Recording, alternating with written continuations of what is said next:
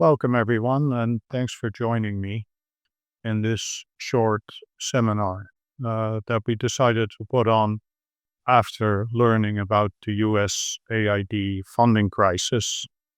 And I think we're just pulling some stuff together to make sure we can share information that may be helpful to some of you, because the funding crisis and what is going on in the United States at the moment is going to have a very, very significant impact on the development sector. And I'm not going to go into too many details about the specific of USAID and what's going on with the Trump administration, but funding from USAID to international development in 2023 alone was 68 billion. And I'm not sure of the numbers for 2024, but I suspect it's similar. So that's a very, very large amount. Now, this money has been frozen. We don't know at this time if any of that funding will come back online. I suspect some of it will. And we don't know what USAID will look like in the future, but I do have some thoughts about that, and I'm going to share those with you. And, nobody has a crystal ball. We can't be certain what the future will bring. But in any case, I hope that some of the resources that we offer at Philanthropia are useful, that they help you weather the storm, especially those that are very directly impacted. But many of us will be impacted in one way, shape, or form, I think. And that this seminar also will be helpful. And please also later on reach out through our social media channels, and you can reach out via email, etc., to tell us what you think, but also the resources you may need and suggestions for us. And we will try and come or develop resources as we go and we find out more information and we do additional research. In any case, this crisis is not completely unique. Now, obviously, the Trump administration dismantling large parts of the US government and, for all intents and purposes, completely dismantling US development assistance, that is unique. I've never seen anything like this in my lifetime, and I've been in the international development field for a very, very long time.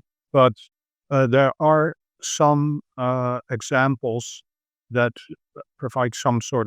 that may provide some insight. And we have a short resource guide developed that covers all of these and not in much detail, but you can go into kind of the particulars of each as you go. And for example, there are other development agencies that were independent, semi-independent at one time, that have also disappeared over the past 15, 20 years or so. And I've worked with several of these, and I've fundraised from several of these. And the examples that I can mention are DANIDA, Danish International Development Aid.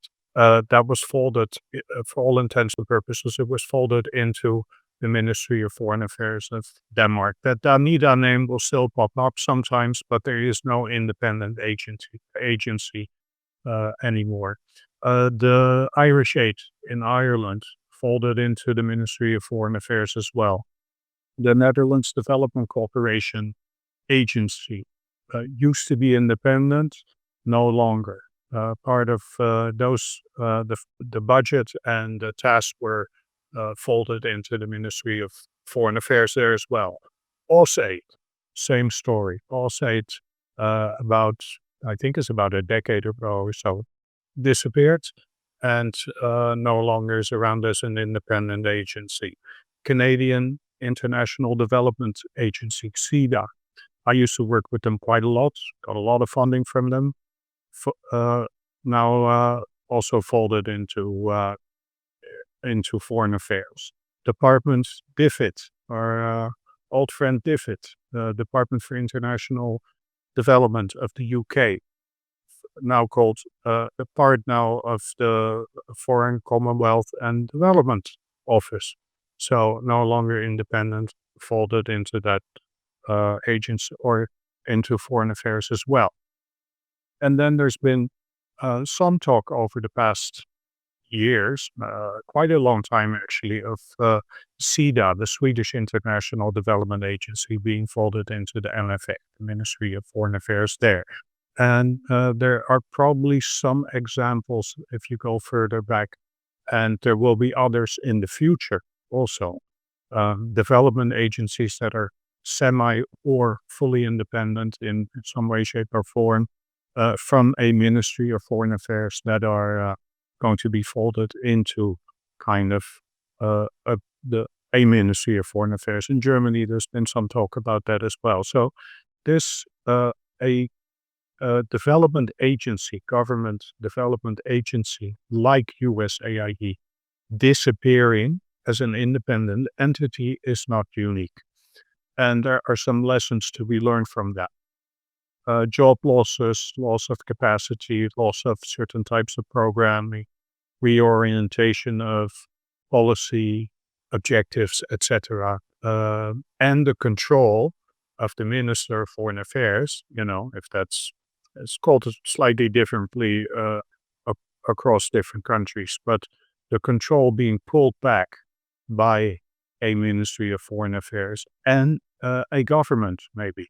Because very, very often what you see is that when a center-right or right-wing, maybe, government comes into power, or conservative government, that they're not too keen on development aid to begin with. They feel development aid should be, and you hear the same voices in the Trump administration, that it should further the goals of the country, and maybe it should be more of a push for commercial interests of the country, etc.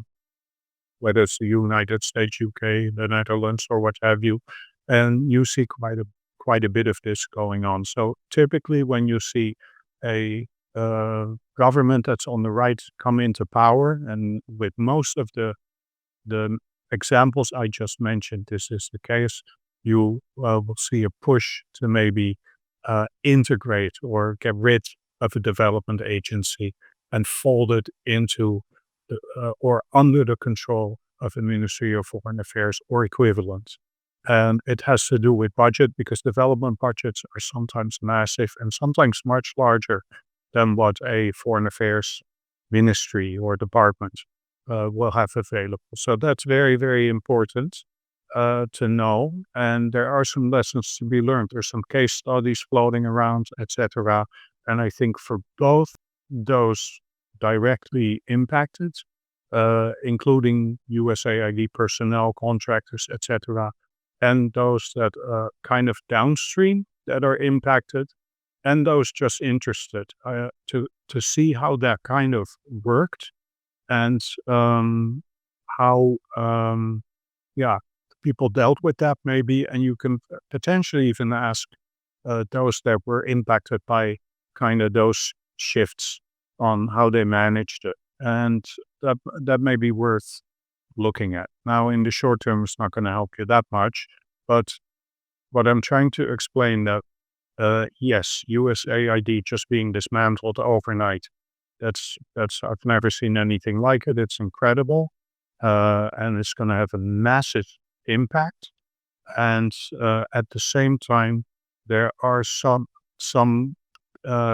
examples of similar things happening, but in a much more properly managed fashion. These agencies weren't closed overnight. That was done over a period of time. The development functions, many of them are still around, but it was just a shift on who controlled it and the amount of funding available, etc., and the priorities maybe. So you can do these types of things in a ethical, I would say, responsible and responsive way that maintains the impact that was created before, and going forward also provides impact. Or you can do it, like a 12-year-old or a 10-year-old, and even children those ages are a little bit more thoughtful often in how they would do things, and that's putting it mildly. Now, I'm not going to talk too much about uh, staff of contractors, etc., and the staff of INGOs, NGOs directly impacted and what they should do. We do have some resources on that on philanthropia, .org, so take a look at that. I know many of my colleagues in the that are also working online have significant resources on that, and especially if you're facing job loss or you already lost your job. Uh, I'm so very sorry, and I wish I would have uh, great advice for you, but it's not the easiest. I do think there's opportunity out there, and a bit more about that later. But what we saw with happening with COVID, when there was also all of a sudden an immediate stop, and also in some cases significant losses of income by NGOs or projected income, what have you. Um, all of the others did jump in, often private foundations, and we already see that kind of happening. Maybe certain types of government agencies outside of U.S. government in this case, right, etc. So you will have a period of severe disruption in the short term, the next couple of months probably, but you may very rapidly well see um, other interested parties, funders, donors fill many of these gaps. Not all of them, because the U.S. government is just very the sheer size of it is just extremely significant. But uh, to put it in perspective, the entire U.S. giving market, and not just for development, obviously, is 1,000 billion. Foundations alone give, I think it's over $100 billion in 2023, and then you have corporate, you have individuals, etc. The amount of money being and Europe is a huge market as well. So, and we suspect, we don't know 100% for sure because the data isn't just not as available. The European foundation market also about 100 billion or so. There's hundreds of thousands of foundations in the world, many in developing countries or interested in development. There's government agencies, bilaterals, development banks, etc. That individuals, obviously, many individuals, and others that will fill some of these gaps. But for them to come online will take time, and the disruption will be very significant. No question about that. So, and those numbers are all of these numbers, etc., are available on the Philanthropia website as well for you to take a look at. But so there are alternatives out there, both for employment if you lost your job, as well as for to raise funds, to mobilize resources for your work in the developing countries. Now, what can you do if your organization is impacted? If you're or a consulting firm maybe could well be, because that's often the case in the United States. That non-profit and for-profit consulting companies take on a lot of the responsibility for utilizing the development dollars from the U.S. government. What can you do? Well, one of the first steps is a very rapid assessment. What will be the impact on you? And even if you were not directly funded by USAID, it may well be that some of those that fund you, could be UN agency, it could be a big INGO, etc., derived a significant amount of their funding from USAID. And if that's the case, then it may impact you down the line. So go talk to them very rapidly, your donors and partners, to see if that impact may be there. And you might be surprised that that impact downstream is larger than you may have imagined. So do a kind of rapid assessment, see what's going on and what funding gaps may present themselves for your organization, even if you feel you're not directly impacted. Now, some of you will be heavily impacted by what's going on, and in some cases, you may have to close down. I've seen that happen before. It's not unusual. I've seen that happen with when COVID happened. I also have seen that happen with NGOs in developing countries when a large donor pulls out or the situation changes in some way and funding dries up. I've seen it happen, and I don't know if you remember the Bernie Madoff story, but he was an investor that ran a Ponzi scheme, and I knew foundations that had most of their money invested with the Bernie Madoff fund or whatever it was called. And when he was found out that that funding dried up, those foundations had to close their doors. And the NGOs that were heavily reliant on those foundations, and I worked with one previously, some of those had to close their doors. If you get 60, 70% of your funding from USAID, or maybe 50, 40% even, and that dries up overnight, you may have to close your doors. So pay close attention to what you need to do if that's the case, because your capacity, your staffing, etc. You don't just close the door and say goodbye and like it's done. You want to transfer that capacity, those programs, staffing if you can, etc. That institutional memory and knowledge, you want to transfer that to organizations that are still going to be players, your partners potentially, etc. And pay close attention to that. If there are gaps, then very, very quickly look at what you need to do to, for cost savings. Do you need to fire people or lay off people? That may well be possible. That's often a very expensive cost. Do you potentially need to, shift office, rent a new office that's cheaper, etc.? Yes, look at all those things and see how you can kind of weather this storm in the short term. You also have to make sure that you do your donor mapping. Look for opportunities that are out there. One thing you can do is talk to existing donors. That's very, very important. Existing donors are often a great source of new funding and also of information. They can maybe provide you with introductions, etc., etc. So do that. Then continue to monitor the situation and connect with people in the know if you can, because I can that USAID is probably not going to make a comeback. It looks very much like it, and I would be very surprised if it does. But that development funding, the billions and billions coming out of USAID, some of that will come back online again and probably funnel through the State Department. But it may be the Department of Labor or others. We don't know.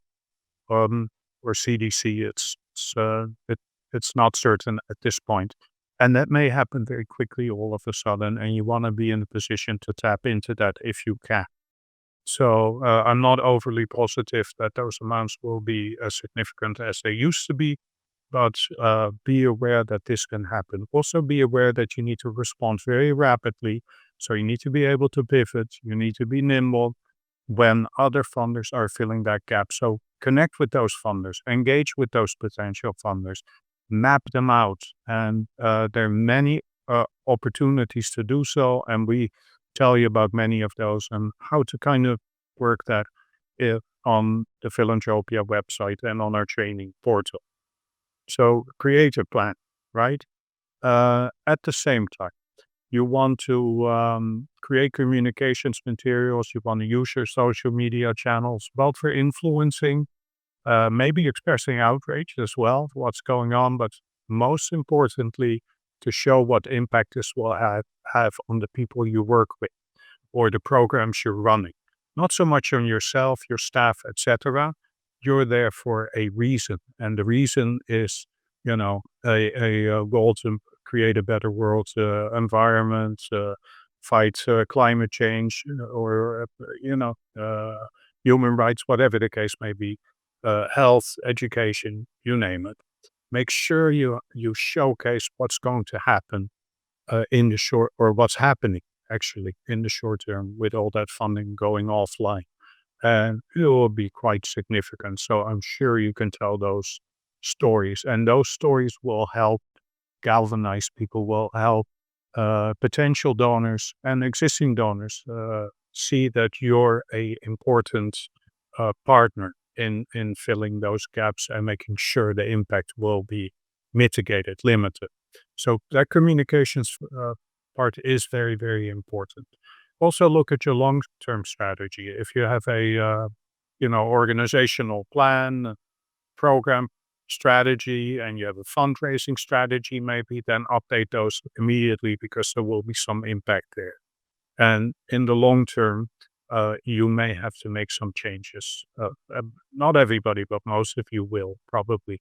Make sure that you continue to focus, if you haven't yet, on diversifying your funding sources to build long-term resilience. Because as we see, if you're too heavily reliant on one donor, and in this case USAID, then you could that's really, really very dangerous. And I've seen many NGOs, INGOs, etc., that knock on my door and they've been doing so for many years to try and get away from kind of being reliant on very few donors and kind of move to a broad stable of donors, including maybe individual donors, philanthropists, company CSR programs, et cetera, foundations, trust, not just in the United States, not just in Europe, but across the world. There are many foundations and potential funding sources opening up around the world, including in developing countries.